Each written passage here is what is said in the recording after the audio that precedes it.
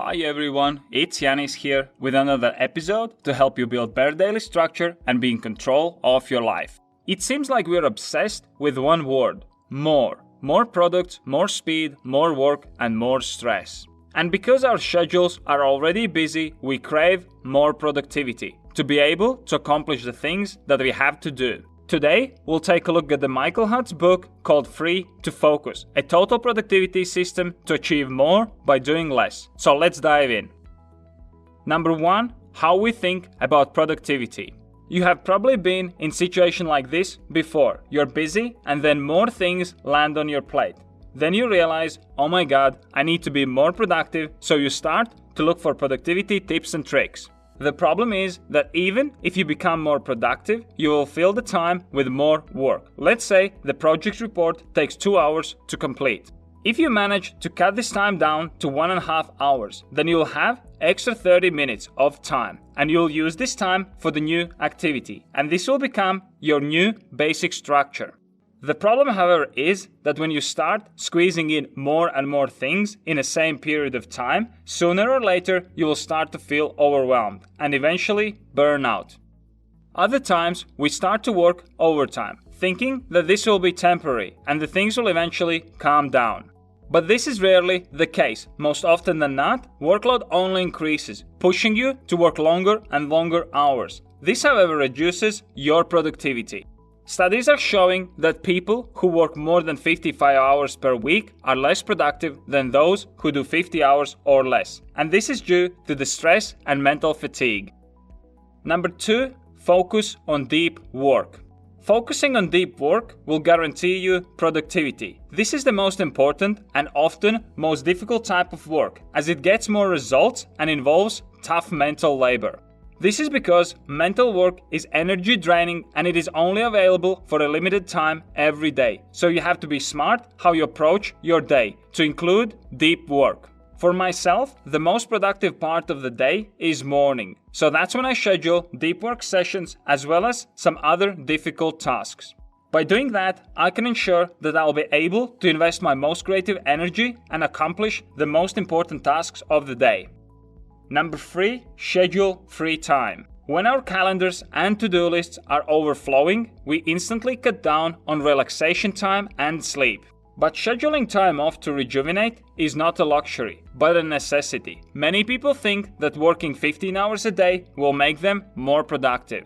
And while it might work for a couple of weeks, you would be better off working 8 to 9 hours and having a couple of hours a day to rejuvenate.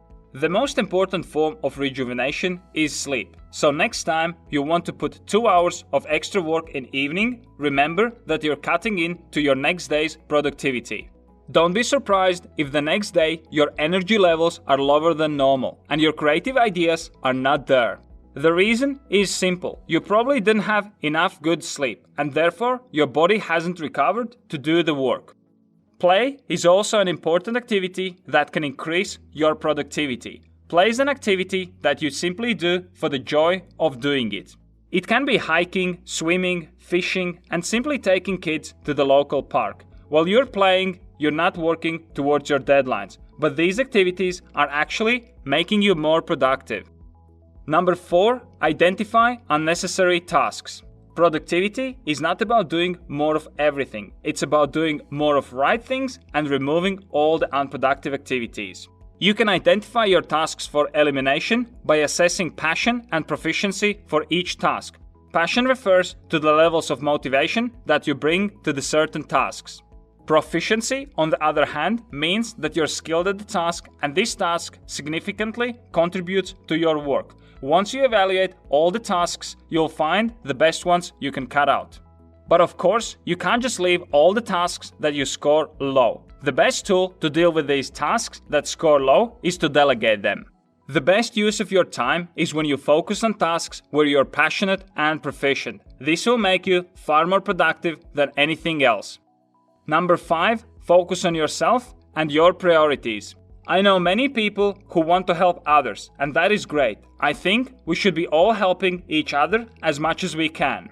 But we have to manage how flexible we are with helping other people, because every time you take on new activity to help someone else, you're putting other things that you do under risk. This also applies to how many things you can handle by yourself, and starting too many projects at the same time will result in some things being uncompleted. I have made this mistake so many times in the past. I have a pretty decent structure in my life, and that means that I don't have much of a free time. Few months ago, I started to work with a new client, but instead of adjusting my weekly schedule and allocating some time for it, I simply thought to myself, well, I'll just squeeze it in. This squeezing in resulted in one of the most unproductive weeks in month. Not only I was unable to complete the client work on time, but it also destroyed the rest of my schedule. I didn't complete my content plan, as well as some other important things. Lesson learned here: no more squeezing in. If there is a new thing to do, then I need to adjust my schedule.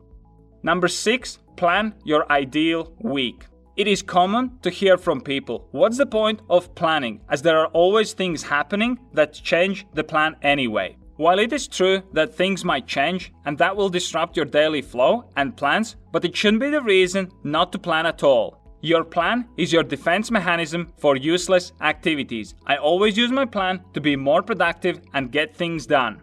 I usually plan for 1 week ahead so I can protect myself. If someone is saying to me, Janis, there is this event on Saturday morning and you should join, I can simply look at my plan and evaluate. Is the new activity more important than the one that I had planned? If it is, then I will agree and change my plan around. But if it isn't, then I will refuse it. If you however don't have a plan, then you'll be always tempted to go ahead with whatever your friends are throwing at you. Remember that doing more things will not make you more productive. You should be doing less wrong things, as this will give you more time for the right things, as well as more time that you can enjoy by doing the things that you love. If you want to manage your time better, have more structure in your life, and achieve your goals, make sure you check out my time planning application. You can set goals and track progress towards them, create time blocks and build your own daily structure, as well as log your time and measure your performance. Best of all, it's totally free, so press here to check it out right now. I'm working on new videos every day, so be sure you subscribe so you don't miss my next episode.